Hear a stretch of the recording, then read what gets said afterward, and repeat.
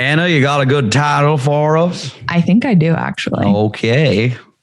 When you're ready. To Xi or not to Xi? The topic is China. And the question is, when it comes to a pressing issue like competing with China, is something better than nothing? This is my reaction to your title. To Political Playlist.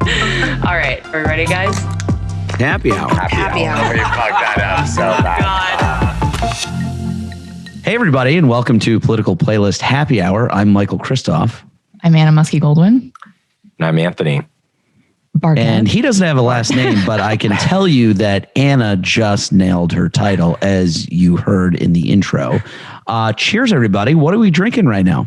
Cheers. Drinking margarita. Ooh, margaritas. She's feeling feisty. I'm just on a cool, simple, casual scotch.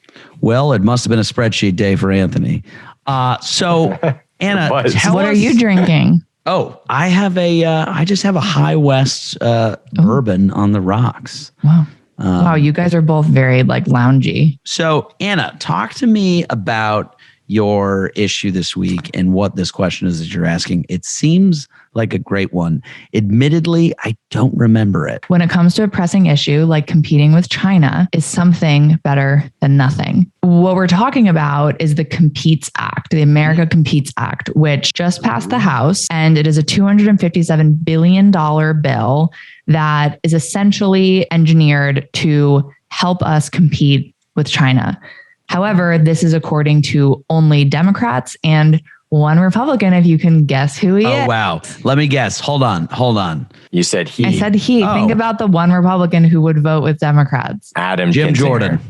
Michael. No, it's not Yes, Jim Jordan. our beloved Gotta be Kinsey.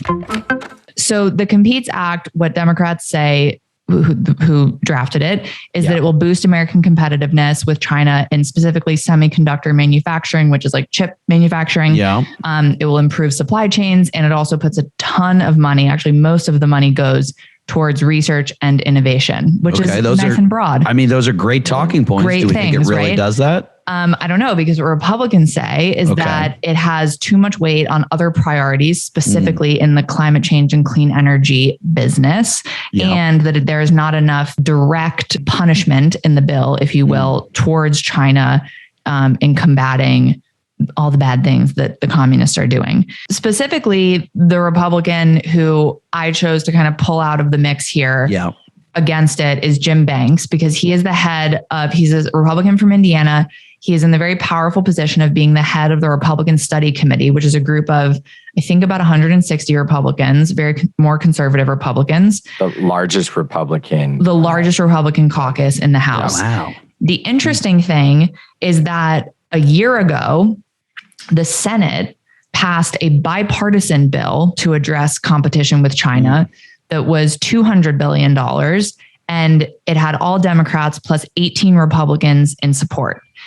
In response to this last summer, Jim Banks and his Republican Study Committee put forth a competing bill that would cost only $1 billion. I guess my question is is something better than nothing? Because I don't know where we're going to get to the finish line on this. Should Republicans just align so that we get something? Because this feels like a really important thing. There's no reason for them to align.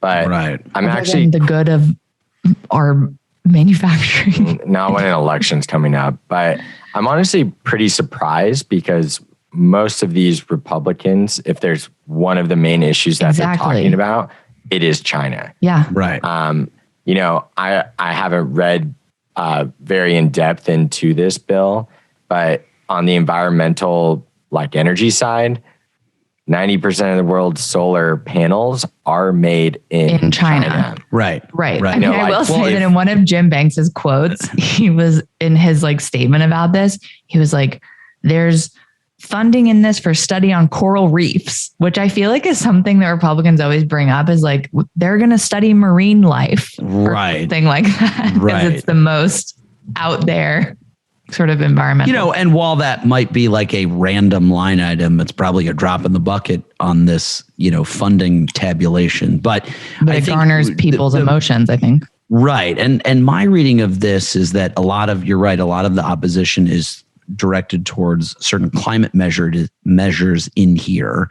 And it seems like the big gripe among Republicans is that it incentivizes China rather than holding them accountable. I feel like this sort of goes back to what we just went through with the infrastructure bill. And, how narrow of a scope do you make it? Right? What do you define as infrastructure? Right? And I think this is sort of falling in that same category of what do you define as competition with China? Right? And so are we talking about just like trade? Are we talking about manufacturing? Or are we actually now broadening that definition to climate? And I think the reality is that we have to broaden it to climate.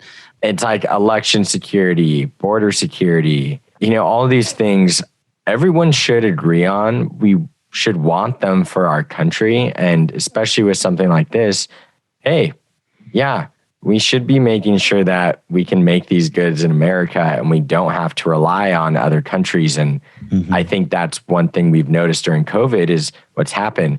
Looks what's happened with ships, supply chain issues. People can't get their products.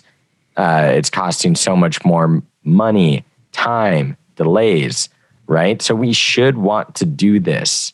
So how can we just do it effectively? I think that the issue I have, and that's kind of the basis of my original question, is that my assumption is hopefully for Democrats in this year before the midterms, the House and the Senate will hammer out an agreement and send something to Biden's desk and it will be signed into law. If that doesn't happen and Republicans get in their way, then Republicans might win Congress, but Biden's still in the White House. So if they pass something, is Biden incentivized, or does he feel it's appropriate to sign into law whatever they come up with? Then if they can't get that passed, then it's already 2024 and we have no legislation addressing our competition with China and our supply chain. So I guess that was kind of the basis of my question. Well, I think with this, they would be well served to go back to the drawing board of the one that passed in the Senate and then identify, okay, where are a few areas that, because clearly the Republican proposal from Jim has like nothing in there. I think the Republican one is a very short-term looking thing. Right. It says, okay, China does something bad. This is how we retaliate. China does something bad. This is what we do. The Democratic one is very sweeping, as they tend to be, perhaps too sweeping, and is saying, well, let's wrap it all into this to create sort of like a new American competitiveness, which is a very far-fetched idea. I think the Democrats should sweep that bill into this bill. Just sweep that extra billion into the 200 plus billion that we are. And Republicans will definitely vote for it. We'll take the whole package. Be like, we'll drop coral reefs.